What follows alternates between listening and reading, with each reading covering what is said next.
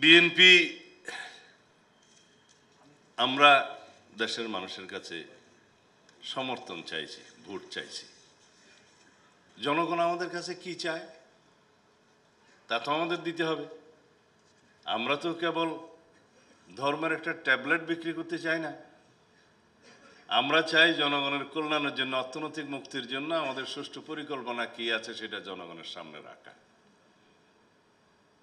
আমি কদিন এলাকাতে ছিলাম, এই প্রথমবারের মতো ক্যাম্পেইনে গেলাম, নির্বাচনী ক্যাম্পেইনে। তা আমাকে বলছে যে আপনারা এই লিফলেট দিয়েছেন, লিফলেটের বিপরীতে আমাদের ওখানে আবার সেই লিফলেটের বিপরীতে ভোট চাওয়ার উল্টা পৃষ্ঠাতে 31 দফাটা দিয়েছে। বলে যে ভাই সাহেব, 31 দফা লম্বা চূড়া এত কেমনে বুঝবো, সহজ কথা বলেন। জনগণ বুঝতে চায়, এই সহজ করে আপনাদেরকে বলার জন্য এই 7টা, আজকে 8টা, এই সহজ করে বলার জন্য এগুলা। এখন নগরায়ন, আবাসন, ভূমির সুষ্ঠু ব্যবস্থাপনা ইত্যাদি কঠিন কঠিন শব্দ না বলে সহজ করে আপনারা এই কথাগুলো বলবেন লিফলেটের মধ্যে দিয়ে।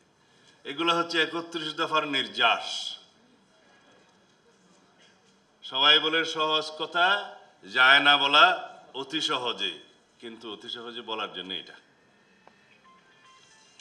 সেজন্য আপনাদেরকে প্রথমেই বলতে হবে, যারা বিনা কষ্টে জান্নাতে যেতে চাচ্ছেন সেটার বাস স্টেশন কোথায় একটু আগে জেনে নেবেন।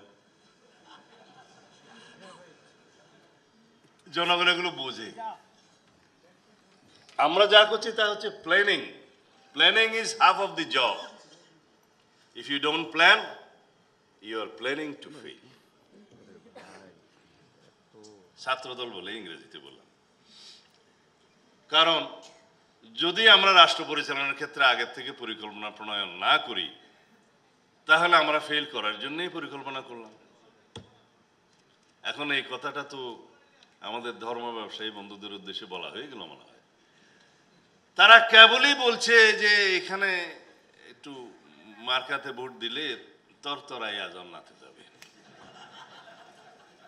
তার আগে ইহকালে কিভাবে চলবে এর কোনো বক্তব্য নাই। কদিন আগে অবশ্য খুলনাতে এক বন্ধুকে যোগদান করিয়েছে, আমি অবশ্য এর বেশি বলবো না। তারাও এখন একই কথা বলছে আর কি, বলছে আচ্ছা এর বেশি বলা ঠিক হবে না বোধহয়। মানে যেই দলের কোনো নীতি আদর্শ নেই, কোনো পরিকল্পনা নাই, শুধুমাত্র ধর্মের নামে একটা ট্যাবলেট বিক্রি করে জনগণের সাথে প্রতারণা করার পরিকল্পনা করছে, তাদেরকে জনগণ ইতিমধ্যে চিনেছে, তাদের মুখোশ উন্মোচিত হয়েছে।